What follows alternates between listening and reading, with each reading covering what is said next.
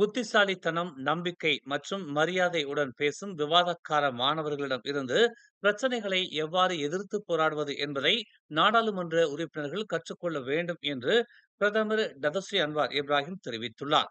இந்த மாணவர்களில் பலர், குறிப்பாக படிவம் 3 மற்றும் படிவம் 4 உள்ளவர்கள், வலுவான விமர்சன சிந்தனையையும் ஈர்க்கக்கூடிய மொழி ஆளுமையையும் வெளிப்படுத்தியுள்ளனர். அதே நேரத்தில் எல்லா நேரங்களிலும் கண்ணியமாகவும் அமைதியாகவும் இருக்கிறார்கள் என்று அன்வார் கூறினார். இத்தகைய மாணவர்கள் எவ்வாறு விவாதிக்கிறார்கள் என்பதை பார்க்க வேண்டும் என்று தாம் முன்பு நகைச்சுவையாக தெரிவித்துள்ளேன். அவர்கள் உறுதியானவர்கள், தகவல் அறிந்தவர்கள், தங்கள் வாதங்களில் வலிமையானவர்கள், இன்னும் மரியாதைக்குரியவர்கள் என்று இன்று நடைபெற்ற 50வது பிரதமர் கோப்பை விவாதப் போட்டிக்கு பிறகு அவர் கூறினார். நாடாளுமன்ற விவாதங்களின் தற்போதைய நிலையை அவர் விமர்சித்தார். அவை பெரும்பாலும் வாதங்களாக மாறு வேடமிட்ட தனிப்பட்ட தாக்குதல்களால் நிரப்பப்பட்டதாக அன்வார் கூறினார். மாறுபட்ட கருத்துக்களை கொண்டிருப்பது ஆரோக்கியமானது, ஆனால் அது மரியாதையுடன் செய்யப்பட வேண்டும் என்றும், நெறிமுறை அற்ற நடத்தையை நியாயப்படுத்த அல்லது அரசியல் புள்ளிகளை பெற மதத்தை தவறாக பயன்படுத்துவது கூடாது என்றும் அவர் எச்சரித்தார். இன்றைய போட்டியில் பங்கேற்ற மாணவர்களின் செயல்திறன் அவர்களின் அறிவின் தேர்ச்சியை மட்டுமல்ல, அவர்களின் ஒழுக்கத்தையும் குணத்தையும் பிரதிபலிப்பதாக அன்வார் சுட்டிக்காட்டினார். இதுதான் தாங்கள் வளர்க்க விரும்பும் தலைமை என்றும், நமது மதிப்புகளில் வேரூன்றி இருக்கும் தலைமை இதுதான் என்றும் அவர் கூறினார். கெடா மக்கள் மாநில தலைமைத்துவத்தில் மாற்றத்திற்கு தயாராக உள்ளனர் என்று அம்னோ தலைவர் டதஸ்ரீ டாக்டர் அமர் ஜாகிர் ஹமீடி நம்பிக்கை தெரிவித்துள்ளார். நிலையான நிர்வாகத்திற்கான அவசியத்தையும், பொது நலனுக்காக அர்ப்பணிப்புடன் செயல்படும் தலைவர் குறித்தும் அவர் வலியுறுத்தினார். 2025 கெடா கிராமப்புற இளைஞர் மற்றும் திட்ட அமலாக்க திட்டக்குழு மாநாட்டின் தொடக்க விழாவில் பேசிய அவர், மாநிலத்தை முன்னேற்றத்தை நோக்கி வழிநடத்த திறமையான தலைவர்களை தேர்ந்தெடுப்பதன் முக்கியத்துவத்தை எடுத்துரைத்தார். மாற்றம் வரும் என்று தாம் நம்புவதாகவும், ஒரே இரவில் மாற்றத்தை கொண்டு வருவது எளிதல்ல என்றும் அவர் கூறினார். ஆனால் அது சாத்தியமற்றது அல்ல என்று குறிப்பிட்ட அவர், கெடா சிறந்த தலைமையின் கீழ் திரும்பும் என்று தெரிவித்தார். துணை பிரதமரும் கிராமப்புற மற்றும் பிராந்திய மேம்பாட்டுத்துறை அமைச்சருமான அவர், கெடா மக்கள் தகவல் அறிந்த முடிவுகள் மூலம் தங்கள் எதிர்காலத்தை வடிவமைப்பதில் முக்கிய பங்கு வகிக்கிறார்கள் என்று கூறினார். மேலும் நீண்ட கால நிலைத்தன்மை மற்றும் வளர்ச்சியை உறுதி செய்யக்கூடிய தலைவர்களை ஆதரிக்குமாறு அவர் பொதுமக்களை வலியுறுத்தினார்.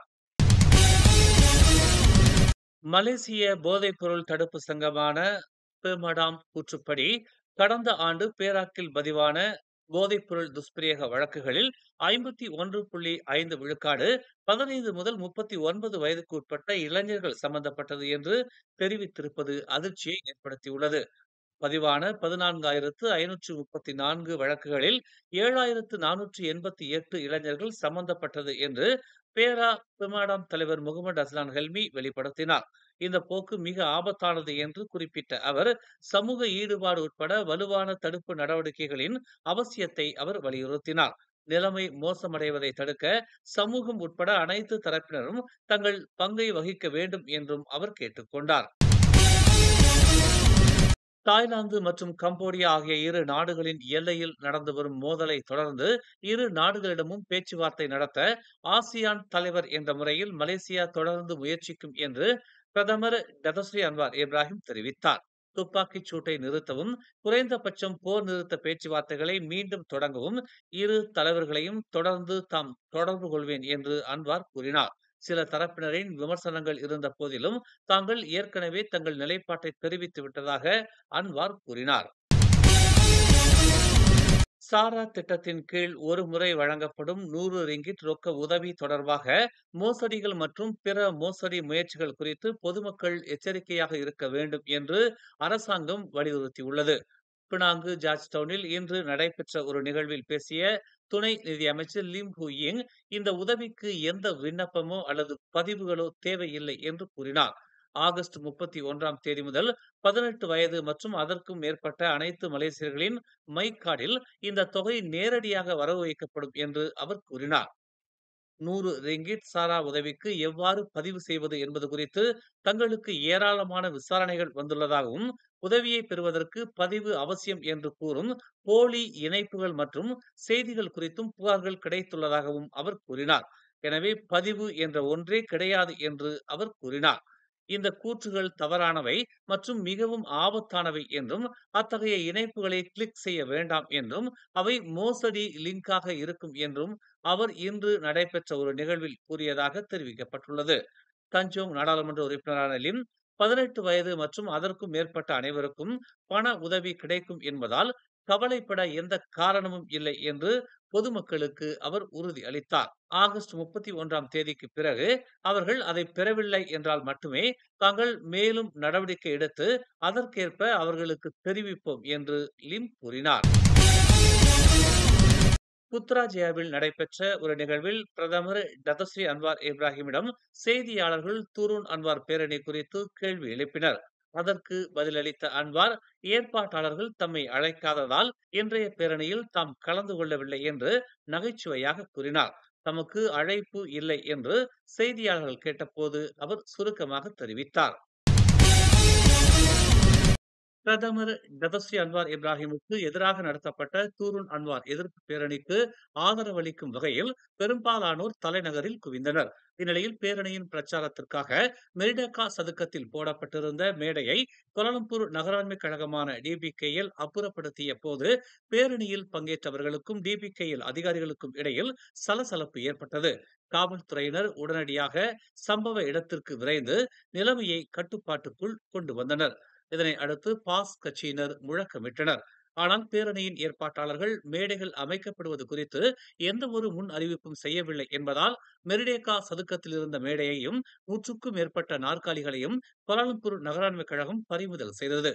முன்னதாக பேரணியின் ஏற்பாட்டாளர்கள் வழங்கிய அனுமதி கோரிக்கை கடிதத்தில் பேரணிக்காக பயன்படுத்தப்படும் பொது இடங்களில் பொதுமக்கள் கூடுவதற்கும் சாலைகளில் அணிவகுத்து செல்வதற்குமான கோரிக்கைகள் மட்டுமே இருந்ததாகவும், மேடைகள் அமைக்கவும் பொது இடங்களில் தற்காலிக கட்டுமானங்களை அமைக்கவும் எந்த ஒரு கோரிக்கையும் விடுக்கப்படவில்லை என்பதையும் கோலாலம்பூர் நகராண்மை கழகம் உறுதிப்படுத்தியது.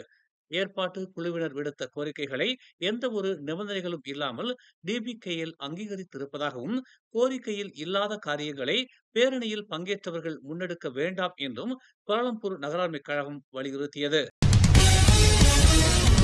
தூருன் அன்வார் போராட்டம் சட்ட விதிகளுக்கு உட்பட்டு நடத்தப்படுவதால் அன்வார் தேவையில்லாமல் கவலைப்பட வேண்டாம் என்று முன்னாள் பிரதமர் டாக்டர் மகாதீர் முகமது இன்று நடைபெற்ற தூருன் அன்வார் பேரணியில் தெரிவித்தார்.